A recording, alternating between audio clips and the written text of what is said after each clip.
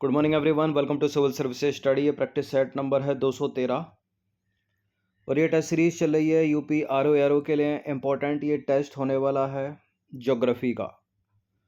ठीक है, इम्पोर्टेंट प्रश्न है सोलर सिस्टम से, यानी हमारा सौरमंडल। तो चलिए स्टार्ट करते हैं। इस टेस्ट सीरीज़ की प्लेलिस्ट बना रखी है, वहाँ पर आप टेस्ट नंबर 1 से लेकर 213 या जो भी नया टेस्ट आएगा फ्यूचर में वहाँ तक पहुँच सकते हैं। और ये टेस्ट बहुत बड़ा होने वाला है क्योंकि बड़े बड़े स्टेटमेंट हैं। एक एक स्टेटमेंट का एक एक शब्द इम्पोर्टेंट है क्योंकि उससे अलग अलग सवाल बनते आए हैं और बनते रहेंगे। अच्छे से इसको सुनिएगा और थोड़ा तीव्र गति से चलेंगे। तो क्वेश्चन नंबर 1 है, निम्नलिखित में से कोई एक स्टेटमेंट जो है इनकरेक्ट है, उसी को ढूंढना है। 82.5 डिग्री यमोत्तर रेखा उत्तर प्रदेश राज्य के प्रयागराज जिले में नैनी नामक स्थान से होकर गुजरती है। 0 डिग्री या देशांतर रेखा जो है वो लंदन के ग्रीनविच शहर से होकर गुजरती है। भारतीय मानक समय जो है यानी इंडियन स्टैंडर्ड टाइम जीएमटी से यानी ग्रीनविच से 5.5 घंटा पीछे है, यानी 5 घंटा 30 मिनट पीछे पीछे आ गया। झारखंड की राजधानी रांची कर्क रेखा पर स्थित है, यानी 23.5 डिग्री उत्तरी अक्षांश रेखा पर। देखिए बिल्कुल झारखंड से होकर तो गुजरती है कर्क रेखा, और जो झारखंड की राजधानी रांची है वो कर्क रेखा पर स्थित है। तो करेक्ट हो गया डी।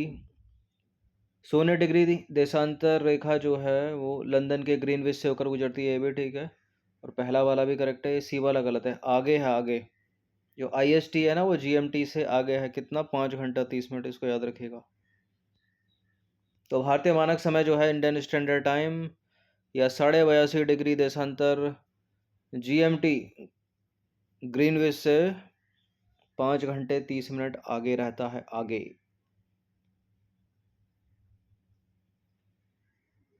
क्वेश्चन नंबर 2 पर आ जाइए। निम्नलिखित कथनों में से कौन सा कथन असत्य है? ग्रेट निकोबार स्थित जो इंदिरा पॉइंट है इसको पिग्मेलियन के नाम से भी जाना जाता है। भारतीय महाद्वीप के दक्षिणतम बिंदु को कन्याकुमारी भारतीय महाद्वीप के दक्षिणतम बिंदु कन्याकुमारी को केप ऑफ कोमोरिन भी कहा जाता है। और भारत का जो पूर्वोत्तर राज्य है मिजोरम वो बांग्लादेश से तीनों ओर से घिरा हुआ है। जो श्रीलंका है वो भारत से पाक जलडमरू मध्य के द्वारा अलग होता है। इस पे चर्चा हमने कई बार की होगी। गलत है स्टेटमेंट। भारत का पूर्वोत्तर राज्य जो त्रिपुरा है वो बांग्लादेश से तीनों ओर से घिरा हुआ है। ठीक है, तो ये गलत है, सी है इसका आंसर। तो भारत का पूर्वोत्तर राज्य जो त्रिपुरा है वो बांग्लादेश से तीनों ओर से घिरा हुआ, अन्य सारे के सारे करेक्ट हैं। तीसरा प्रश्न है, निम्नलिखित में से कौन सा कथन सत्य है? समुद्र पार भारत का सर्वाधिक निकटतम देश श्रीलंका है। श्रीलंका पाक जलडमरू मध्य द्वारा भारतीय भूभाग तमिलनाडु से पृथक होता है और पाक जलडमरू मध्य बंगाल की खाड़ी को गल्फ ऑफ मन्नार से जोड़ता है। इनको पढ़ते हुए मैप को विजुअलाइज कीजिए। ठीक है, तो सारे के सारे करेक्ट मिलेंगे आपको। ये नंबर इस पर कॉल या व्हाट्सअप करके आप फुल टेस्ट सीरीज प्राप्त कर सकते हैं आर ओ की। देखिए समुद्र पार भारत का जो निकटतम देश है वो है श्रीलंका, जो पाक जलडमरू मध्य के द्वारा भारतीय भूभाग तमिलनाडु से अलग होता है। पाक जलडमरू मध्य बंगाल की खाड़ी को गल्फ ऑफ मन्नार से जोड़ता है और इसका नामकरण तत्कालीन मद्रास प्रेसिडेंसी के गवर्नर रॉबर्ट पाक के नाम पर किया गया। ब्रह्मांड की उत्पत्ति से संबंधित सिद्धांत: बिग बैंग सिद्धांत, महाविस्फोटक सिद्धांत, विस्तारित ब्रह्मांड परिकल्पना, सारे के सारे। देखिए ब्रह्मांड की उत्पत्ति से संबंधित सिद्धांत बिग बैंग थ्योरी का तो पता ही होगा। महाविस्फोट सिद्धांत, विस्तारित ब्रह्मांड परिकल्पना, सारे के सारे हैं, ये डी है। तो वर्तमान समय में ब्रह्मांड की उत्पत्ति के संबंध में सर्वमान्य सिद्धांत है बिग बैंग सिद्धांत या बिग बैंग थ्योरी इसको बोलते हैं। या महाविस्फोट सिद्धांत भी इसी को ही बोलते हैं और इसे विस्तारित ब्रह्मांड परिकल्पना भी कहा जाता है। इसलिए तीनों के तीनों करेक्ट हैं, डी है आंसर। ठीक है, विस्तारित ब्रह्मांड परिकल्पना, एक्सपेंडिंग यूनिवर्स हाइपोथेसिस। निम्नलिखित में से कौन सा सौरमंडल का प्लैनेट नहीं है? सौरमंडल का ग्रह नहीं है, प्लूटो नहीं है, 2006 से नहीं है, बी है इसका आंसर। तो वर्ष 2006 में प्लूटो को ग्रह की श्रेणी से हटा दिया गया। ठीक है, यह है सूर्य। तो सबसे पहले बुध, उसके बाद शुक्र, फिर पृथ्वी, मंगल, बृहस्पति, शनि, यूरेनस, नेपच्यून, कभी प्लूटो था लेकिन अब नहीं है, यम बोलते हैं उसको। नंबर 6 निम्नलिखित में से कौन सा सही है? एक केंद्र के चारों तरफ चक्कर लगाते अरबों तारों के समूह को आकाशगंगा कहते हैं। आकाशगंगा जो है वो तारों, गैसों और धूल कणों का विशाल समूह है जो गुरुत्वाकर्षण बल के कारण एकत्रित रहते हैं। आयरन नेबुला हमारी आकाशगंगा अर्थात मंदाकिनी के सबसे नजदीकी तारों का समूह है। सारे के सारे सही हैं। ये ऐसी बेसिक चीजें हैं जो तैयारी अगर आप कर रहे हो कॉम्पिटिटिव एग्जाम की तो भूगोल में जरूर पता होनी चाहिए। चलिए 7वां प्रश्न है, निम्नलिखित कथनों पर विचार करेंगे। चार चार स्टेटमेंट है इसमें। तो सूर्य का सबसे नजदीकी तारा प्रोक्सिमा सेंचुरी है। ब्रह्मांड की दूरी को प्रकाश वर्ष में मापा जाता है। ग्रहों के पास अपना ऊष्मा और प्रकाश नहीं होता, तो किसके पास होता है? तारों के पास होता है। जैसे कि सूर्य एक तारा है। रात में चंद्रमा के बाद शुक्र दूसरा सबसे चमकीले पिंड के रूप में दिखाई देता है। शुक्र देता है या मंगल देता है? शुक्र ही देता है, करेक्ट है। सूर्य का सबसे नजदीकी तारा प्रोक्सिमा सेंचुरी। अपने आप में यहाँ तो डाल दिया 4 स्टेटमेंट में मैंने, अपने आप में ही प्रश्न है एक एक लाइन से। ब्रह्मांड की दूरी को प्रकाश वर्ष में मापा जाता है। ग्रहों के पास अपना ऊष्मा और प्रकाश नहीं होता, और रात में चंद्रमा के बाद शुक्र दूसरा सबसे चमकीले पिंड के रूप में दिखाई देता है। बिल्कुल सारे के सारे करेक्ट हैं, डी है इसका आंसर। एक प्रकाश वर्ष बराबर कितना? एक प्रकाश वर्ष बराबर कितना बताइए? 9.46 इंटू 10 की पावर 12 किलोमीटर। देखिए, ब्रह्मांड की दूरी को प्रकाश वर्ष में मापा जाता है, और दूसरे शब्दों में प्रकाश वर्ष ब्रह्मांडीय दूरी को मापने का पैमाना है। और प्रकाश द्वारा एक वर्ष में तय की गई कुल दूरी को एक प्रकाश वर्ष कहते हैं। एक प्रकाश वर्ष बराबर 9.46 इंटू 10 की पावर 12 किलोमीटर। इसको याद रखिएगा, इंपॉर्टेंट है। चलिए क्वेश्चन नंबर 9 है 3 स्टेटमेंट वाला। पहला स्टेटमेंट है, गैलीलियो ने सबसे पहले 1969 में दूरबीन की सहायता से तारों का अध्ययन किया।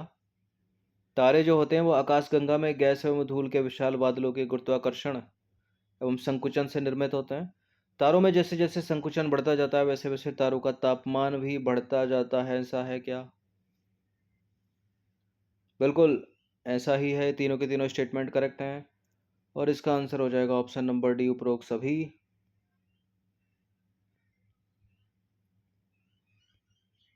अब आ जाइए 10वां प्रश्न, 4 स्टेटमेंट वाला। निम्नलिखित कथनों पर विचार करेंगे। तारों में निरंतर नाभिकीय संलयन यानी न्यूक्लियर फिशन की क्रिया चलती रहती है, फ्यूजन, और इस क्रिया में अपार ऊर्जा उत्पन्न होती है। नाभिकीय संलयन के कारण ही तारों का अपना प्रकाश एवं ऊर्जा होता है। परमाणु बम की संकल्पना भी नाभिकीय संलयन पर ही आधारित है। पढ़ते हुए ही नहीं चले जाइएगा, ठहरना भी है। परमाणु नहीं, हाइड्रोजन बम की संकल्पना नाभिकीय संलयन पर आधारित है। परमाणु बम की तो नाभिकीय विखंडन पर आधारित है। ठीक है, नाभिकीय संलयन को बोलते हैं न्यूक्लियर फ्यूजन, और विखंडन को बोलते हैं फिशन। तो ये फिशन पर आधारित है, इसलिए इनकरेक्ट स्टेटमेंट है। Third correct, first correct, second correct. 1 2 3 को ढूंढ लो। इनकरेक्ट पूछा है, करेक्ट पूछा है? बी सी है आंसर। तो 1 2 3 हो जाएगा। देखिए, तारों का निर्माण जो है वो हाइड्रोजन और हीलियम में परिवर्तन के परिणाम स्वरूप होता है। तो जब तारों में हाइड्रोजन गैस समाप्त हो जाती है तो नाभिकीय संलयन की क्रिया बाधित होने लगती है, जिसके कारण तारों का जीवन समाप्त होने लगता है। तारे के निर्माण के प्रारंभिक अवस्था में उसमें बहुत अधिक ऊर्जा होती है। जब तारों में अत्यधिक ऊर्जा होती है तो तारों का रंग कैसा होता है? नीला दिखाई देता है। और तारे की ऊर्जा जब समाप्त होने लगती है तो ये लाल रंग का दिखाई पड़ता है। लाल रंग को रेड जॉइंट कहते हैं। लाल तारे को क्या कहते हैं? Red joint. बाकी ये साइंस में ही पढ़ा होगा आपने। हाइड्रोजन बम की संकल्पना नाभिकीय संलयन पर आधारित है, जबकि परमाणु बम की संकल्पना नाभिकीय विखंडन पर आधारित है। ब्लैक होल या कृष्ण बीवर को निम्नलिखित में से किस से संबंध करेंगे? आर्यभट्ट तारे से, डार्विन तारे से, गैलीलियो तारे से, न्यूट्रॉन तारे से। कृष्ण बीवर ब्लैक होल को न्यूट्रॉन तारे से, ऑप्शन नंबर ए।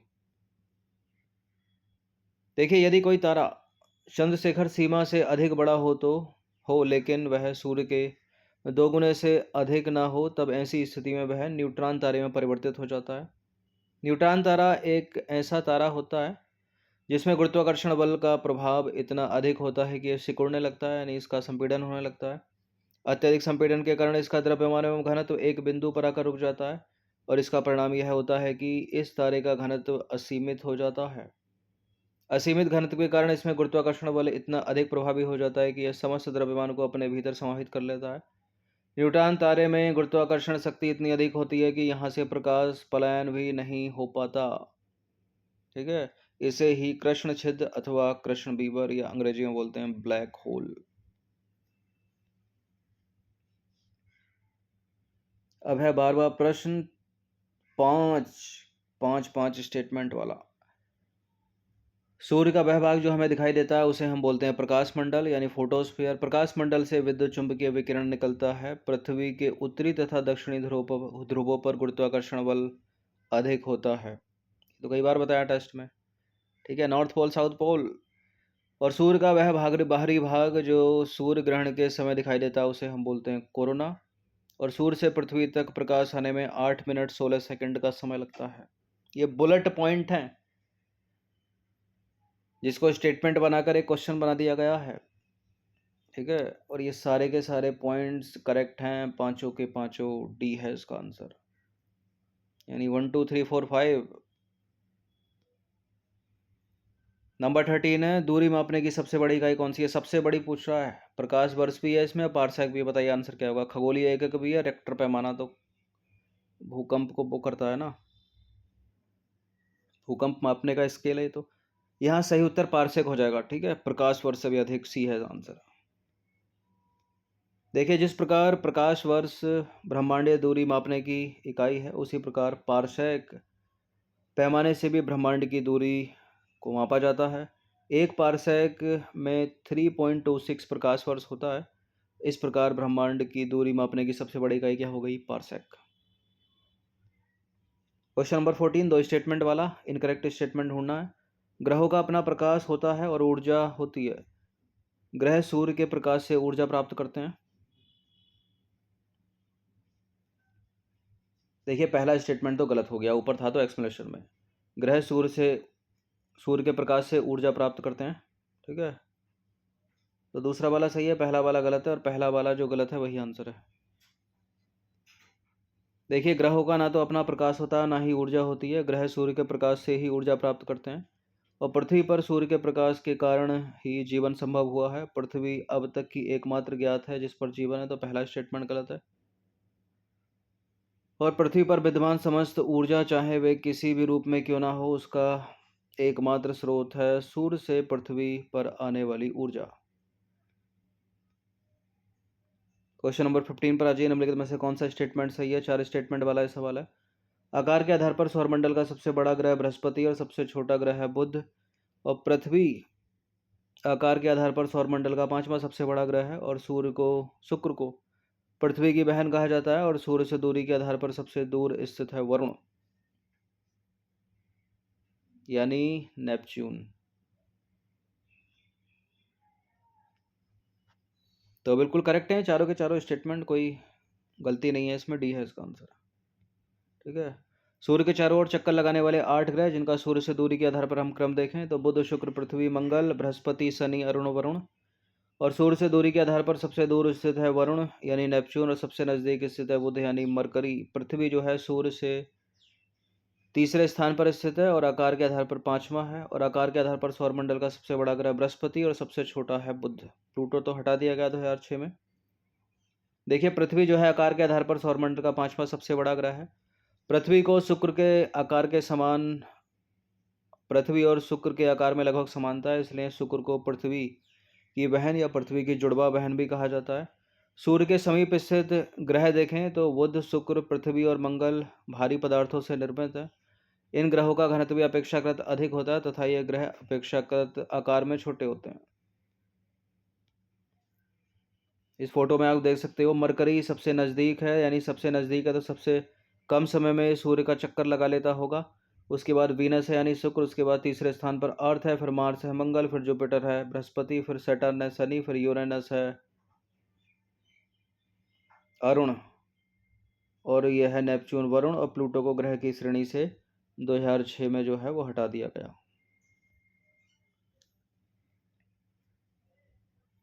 ठीक है, ये शेष बाद के 4 ग्रह हैं ये वाले, और ये आंतरिक ग्रह हैं। शेष बाद के 4 ग्रह कौन से? बृहस्पति, शनि, अरुण, वरुण। हल्के पदार्थों के बने हैं, गैसीय पिंड इनको कहा जाता है। इन ग्रहों का घनत्व कम है और ये अपेक्षाकृत बड़े हैं आकार में। सूर्य के समीप स्थित ग्रह की बात करें तो बुध, शुक्र, पृथ्वी और मंगल को आंतरिक ग्रह यानी इनर प्लैनेट कहा जाता है, और सूर्य से दूर स्थित जो 4 ग्रह हैं बृहस्पति, शनि, अरुण, वरुण को आउटर प्लैनेट या बाह्य ग्रह कहा जाता है। सौरमंडल के सभी ग्रहों के पास अपना उपग्रह है। बुध और शुक्र को छोड़कर इनके पास कोई भी जो है चंद्रमा नहीं है या उपग्रह नहीं है जिसका अपना कोई उपग्रह है इन दोनों के पास। देखिए, पृथ्वी के एकमात्र उपग्रह का नाम या चंद्रमा का नाम क्या है? चंद्रमा है। उपग्रह ऐसे पिंड होते हैं, उपग्रह चंद्रमा एक ही बात है, अंग्रेजी में इसको बोलते हैं सैटेलाइट। उपग्रह ऐसे पिंड होते हैं जो ग्रह के चारों ओर परिक्रमा करते हैं।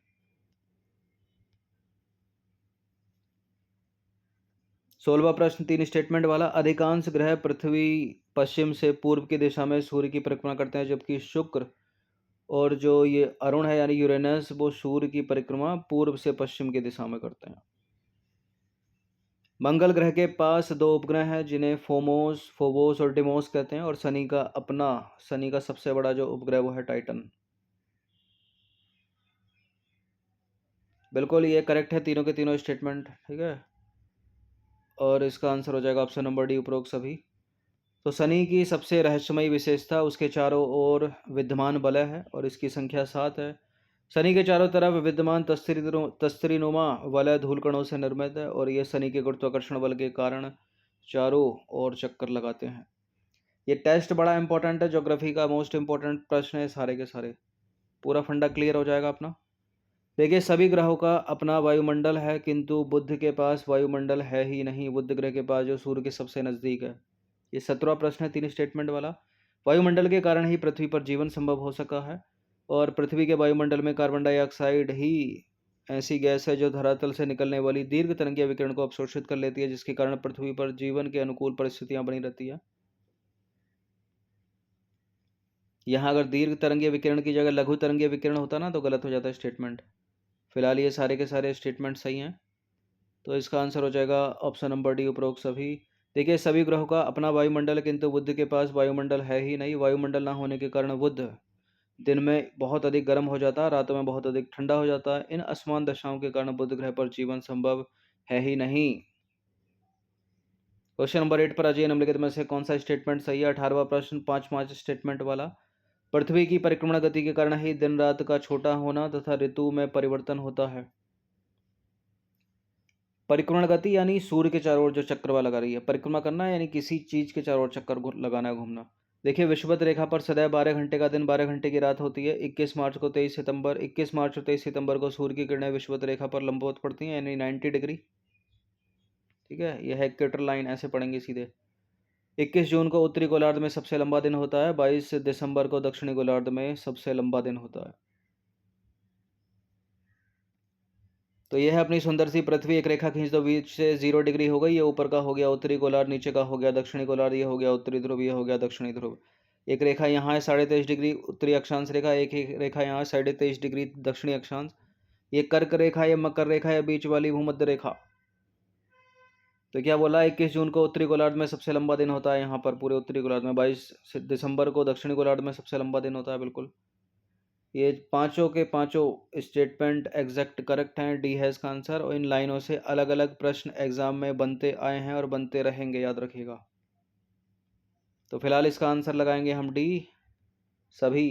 देखिए, पृथ्वी की 2 प्रकार की गतियां कौन कौन सी? एक तो घूर्णन गति, एक परिक्रमण गति। घूर्णन गति मतलब खुद भी तो पृथ्वी घूम रही है ना, इसको इसकी दैनिक गति कहते हैं। ठीक है, एक चक्कर ले लेगी तो दिन रात हो जाएंगे, और ऐसी घूम घूम के सूर्य के चारों ओर भी तो घूम रही है, इसको बोलते हैं परिक्रमण गति या वार्षिक गति। तो इसका एक चक्कर पूरा कर लेगी तो 1 वर्ष हो जाएगा। तो ये एक्सप्लेनेशन लंबी होने वाली है। देखिए, पृथ्वी अपनी अक्ष पर पश्चिम से पूर्व की ओर घूमती है, लट्टू के समान घूमती है। पृथ्वी अपने अक्ष पर पश्चिम से पूर्व घूमते हुए 23 घंटे 56 मिनट में एक चक्कर पूरा करती है। छोटी छोटी चीज़ें याद रखिएगा। देखिए, पृथ्वी के अपने अक्ष पर घूमने को जो है घूर्णन गति या दैनिक गति कहते हैं, और पृथ्वी के अपने अक्ष पर घूर्णन के कारण दिन रात होते हैं। पृथ्वी अपने अक्ष पर घूर्णन के साथ साथ एक निश्चित मार्ग पर सूर्य के चारों ओर परिक्रमा करती है, और सूर्य के चारों ओर पृथ्वी की इस गति को परिक्रमण अथवा पृथ्वी की वार्षिक गति कहते हैं। और पृथ्वी के परिक्रमा गति के कारण ही दिन रात का छोटा बड़ा होना और ऋतु परिवर्तन होता है, इसको याद रखिएगा। यानी दिन और रात हो रहे हैं किसके? घूर्णन गति के कारण। और दिन रात का छोटा बड़ा होना, ऋतु परिवर्तन किसके कारण हो रहा है? परिक्रमण गति के कारण। और पृथ्वी सूर्य की परिक्रमा एक दीर्घवृत्ताकार कक्षा में करती है, अतः यह कभी सूर्य के निकट आ जाती है तो कभी सूर्य से दूर चली जाती है। और पृथ्वी अपनी कक्षा में सूर्य के चारों ओर परिक्रमा करते हुए पृथ्वी अपनी कक्षा में सूर्य की परिक्रमा करते हुए 4 जुलाई को सूर्य से दूर चली जाती है और पृथ्वी की इस स्थिति को बोलते हैं अपसौर। और अपसौर या एफेलियन की दशा में पृथ्वी सूर्य से अधिकतम दूरी पर होती है और इसके विपरीत 3 जनवरी को पृथ्वी अपनी कक्षा में सूर्य की परिक्रमा करते हुए सूर्य के सबसे नज़दीक पहुंच जाती है और इस स्थिति को पृथ्वी के बोलते हैं पेरीहेलियन या उपसौर। तो उपसौर अपसौर इंपॉर्टेंट है। निकटतम कब होती है? 3 जनवरी को होती है। दूर कब चली जाती है? 4 जुलाई को। इस पे भी प्रश्न बना है। पृथ्वी सूर्य के चारों ओर दीर्घवृत्ताकार कक्षा में 365 दिन और 6 घंटे में सूर्य की परिक्रमा पूरी करती है। साधारणतः एक वर्ष में होते हैं 365 दिन, अतः चौथे वर्ष में एक दिन जोड़कर 366 दिनों का वर्ष माना जाता है। इसी को बोलते हैं लीप ईयर या लीप वर्ष। 21 मार्च से लेकर 23 सितंबर तक उत्तरी गोलार्ध में दिन बड़े और रातें छोटी होती हैं। इसके विपरीत दक्षिणी गोलार्ध में दिन छोटे होंगे और रातें बड़ी होंगी। 23 सितंबर से लेकर 21 मार्च तक दक्षिणी गोलार्ध में दिन बड़े और रातें छोटी होती हैं और उत्तरी गोलार्ध में दिन छोटे होंगे और रातें बड़ी होंगी। मतलब जो चीज़ उत्तरी गोलार्ध में उस समय होगी वो दक्षिणी गोलार्ध में उसके उल्टा होगी। इक्वेटर की बात करें तो विषुवत रेखा पर वर्ष भर सूर्य की किरणें जो है वो लंबवत पड़ती हैं। यहाँ दिन और रात की लंबाई वर्ष भर समान रहती है। देखिए 21 मार्च और 23 सितंबर को सूर्य की किरणें विषुवत रेखा पर लंबवत पड़ती हैं। जब सूर्य की किरणें 21 मार्च और 23 सितंबर को विषुवत रेखा पर लंबवत चमकती हैं तो पूरे विश्व में दिन और रात समान होते हैं। 21 जून को सूर्य जो है कर्क रेखा पर लंबवत चमकता है। इसके कारण उत्तरी गोलार्ध में सबसे लंबा दिन और रातें छोटी होती हैं। 22 दिसंबर को सूर्य मकर रेखा पर लंबवत चमकता है। इस स्थिति को मकर संक्रांति या शीत अयनात कहते हैं और इस समय दक्षिणी गोलार्ध में दिन की अवधि बड़ी और रातें छोटी होती हैं। कर्क रेखा यानी 23.5 डिग्री उत्तरी अक्षांश रेखा और मकर रेखा 23.5 डिग्री दक्षिणी अक्षांश रेखा। देखिए पृथ्वी न सिर्फ अक्ष पर घूमती है अपने, बल्कि सूर्य के चारों ओर परिक्रमा भी करती है। अतः सूर्य के सापेक्ष पृथ्वी की परिस्थितियां बदलती रहती हैं। पृथ्वी के परिक्रमण में 4 स्थितियां आती हैं जिनसे ऋतुओं में परिवर्तन होता है। क्वेश्चन नंबर 19 पर आ जाइए। पृथ्वी पर ज्वार भाटा लाने में अधिक प्रभावी पूछ रहा है। सूर्य का गुरुत्वाकर्षण बल, चंद्रमा का गुरुत्वाकर्षण बल, केवल एक केवल दो, कोई नहीं, दोनों के दोनों।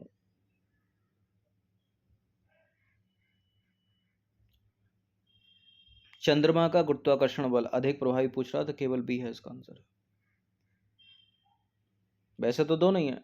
देखिए महासागरीय जल के ऊपर उठने तथा गिरने को बोलते हैं ज्वार भाटा यानी टाइड।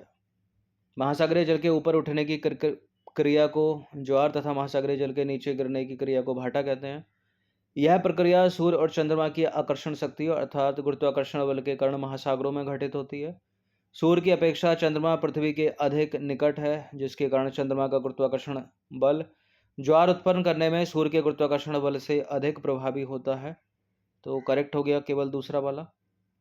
बाकी ज्वार जो है पृथ्वी पर एक ही समय 2 स्थानों पर उत्पन्न होता है। एक ज्वार चंद्रमा के सामने वाले भाग पर, दूसरा ज्वार ठीक विपरीत वाले भाग पर उत्पन्न होता है। और चंद्रमा की आकर्षण शक्ति के कारण पृथ्वी पर उत्पन्न खिंचाव को संतुलित करने के लिए पृथ्वी चंद्रमा की आकर्षण शक्ति के विपरीत दिशा में बल लगाती है। इसे अपकेंद्रीय बल या सेंट्रीफ्यूगल फोर्स कहते हैं। देखिए पृथ्वी द्वारा चंद्रमा की आकर्षण शक्ति के विपरीत लगाए गए अपकेंद्रीय बल के कारण पृथ्वी पर दूसरी तरफ सागरीय जल भी ऊपर उठ जाता है। यही कारण है कि पृथ्वी पर एक समय में 2 स्थानों पर ज्वार आता है। क्वेश्चन नंबर 20 पर आज अंतिम प्रश्न है। पृथ्वी पर प्रतिदिन कितने घंटों के अंतराल में ज्वार उत्पन्न होता है या टाइड उत्पन्न होता है? इंपॉर्टेंट है। 12 घंटे 50 मिनट, 12 घंटे 30 मिनट यानी 12.5 घंटे में 10 घंटे 30 मिनट, 10.5 घंटे में 12 घंटे 26 मिनट। एग्जैक्ट करेक्ट उत्तर बताइए इसका क्या है?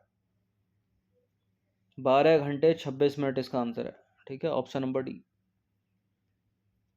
तो पृथ्वी अपने अक्ष पर परिक्रमा करते हुए 24 घंटे में सूर्य का एक चक्कर पूरा करती है। इसलिए 24 घंटे में 2 बार ज्वार और 2 बार भाटा उत्पन्न होता है। पृथ्वी पर प्रतिदिन 12 घंटे 26 मिनट के अंतराल में ज्वार उत्पन्न होता है, यानी डी है इसका आंसर। तो ये ज्योग्राफी के बड़े इंपॉर्टेंट प्रश्न थे। कल भी जो ज्योग्राफी का टेस्ट था वो भी इंपॉर्टेंट था। इनसे एग्जाम में बहुत प्रश्न बनते हैं ज्योग्राफी के। इनकी प्रैक्टिस 1 से 2 बार कर सकते हो आप। इन सभी टेस्ट की आप फुल टेस्ट पीडीएफ सीरीज प्राप्त कर सकते हो, जो पेड है 399 रुपये में। ये नंबर है, इस पर कॉल या व्हाट्सअप करके हर दिन प्रैक्टिस करते रहिएगा। धन्यवाद।